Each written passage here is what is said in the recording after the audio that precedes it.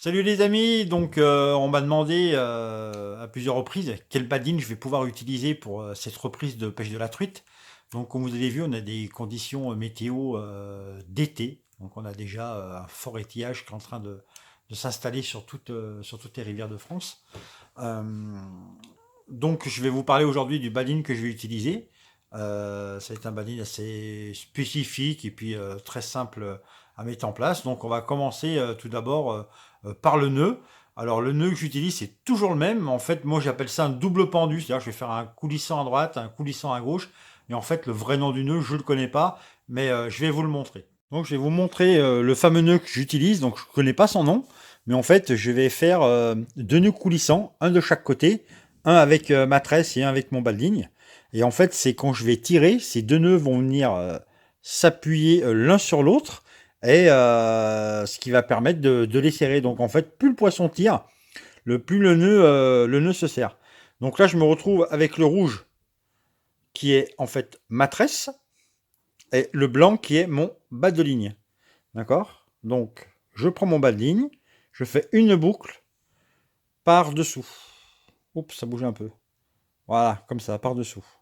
D'accord. Et je vais passer ensuite à l'intérieur. Voilà, comme ceci. Je vais passer 3-4 fois. Et je vais préformer le nœud. D'accord. Mon nœud, hop, préformé. De là, je tourne l'ensemble. Et je vais prendre ma tresse. Et avec ma tresse, je vais faire pareil. Une boucle par-dessous. Je vais tourner à l'intérieur. Et je vais préformer mon nœud. Là, je me retrouve avec deux nœuds. Un qui est fait avec la tresse et l'autre qui est fait avec le bas de ligne. On voit bien la différence entre le blanc et l'orange.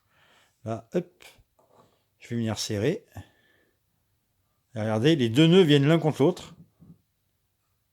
D'accord. Et là, plus je vais serrer, plus je vais tirer, pardon, excusez-moi, et plus ça va serrer le nœud. Ça, c'est les nœuds pour la truite au leurre qui sont vraiment parfaits. C'est facile à faire. Et surtout, plus le poisson tire, plus le nœud va serrer. Par contre, quand vous coupez, essayez de ne pas couper trop ras, laissez un tout petit bout.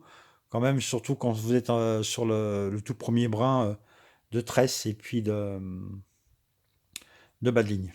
D'accord. Et voilà. Et ça, dans les anneaux, ça passe du beurre. Donc là, vous avez vu que ce nœud, vraiment, est très facile à faire. Et comme je disais, dans les anneaux, il passe très très bien. Donc moi, j'ai utilisé tout le long de ma ligne. Donc pour ce petit balding d'étiage, donc là, je vais commencer par une brasse. Donc une brasse, en fait, je vais prendre ma bobine et mon bout de nylon, comme ceci. Et là, je vais tirer, tirer, tirer pour éteindre mes bras. Ça fait une brasse, normalement, c'est la longueur de votre corps. Donc si vous faites 1,50 m, ça fera 1,50 m. Si vous faites 2,10 m, ça fera 2,10 m. Moi, je suis un petit moyen, donc je fais 1,70 m de muscle, hein, forcément, vous en doutez. Donc je vais faire ce nœud là avec un 18 centième en nylon parce que je suis en tresse au départ, donc j'ai envie quand même d'avoir une certaine élasticité pour pas au ferrage casser ma pointe et puis tout de suite décrocher mon poisson. Ça c'est hors de question. Donc je vais faire une brasse en 18. Sur cette brasse nylon en 18, je vais rajouter deux brasses, d'accord, en 16 centièmes, mais en choc leader ou en fluoro, d'accord, pour redonner en fait cette rigidité que j'ai par rapport à la tresse. Puis je vais mettre 4 brasses en 14 centièmes. Donc là, quand je vais pêcher de l'autre côté de la rivière, qui fait à peu près 8 mètres de large, moi j'aurai la canne haute.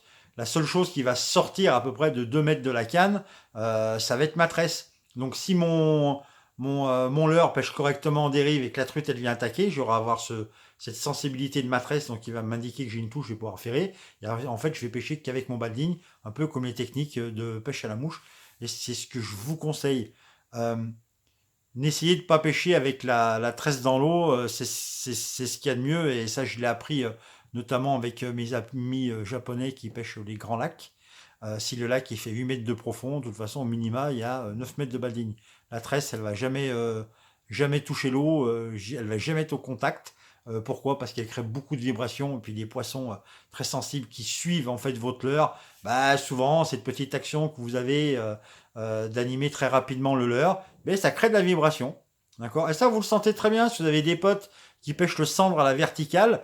Bah, quand vous êtes en verticale en bateau, mais surtout dans des rivières hein, où il y a un peu de courant, comme la Saône, le Rhône, etc. Et vous sentez plein de vibrations dans la tresse. Alors imaginez ce que les truites hyper éduquées peuvent ressentir. Donc voilà, moi c'est un petit conseil. Maintenant vous faites comme vous voulez, vous l'adaptez ou pas. Mais en tout cas, je peux vous dire que sur une rivière comme l'Albarine, où les poissons sont très éduqués, il y a des pêcheurs de partout, des leurres de partout, des mouches, tout ce que vous voulez, ça marche. Donc pourquoi s'en priver? Allez, à ciao ciao.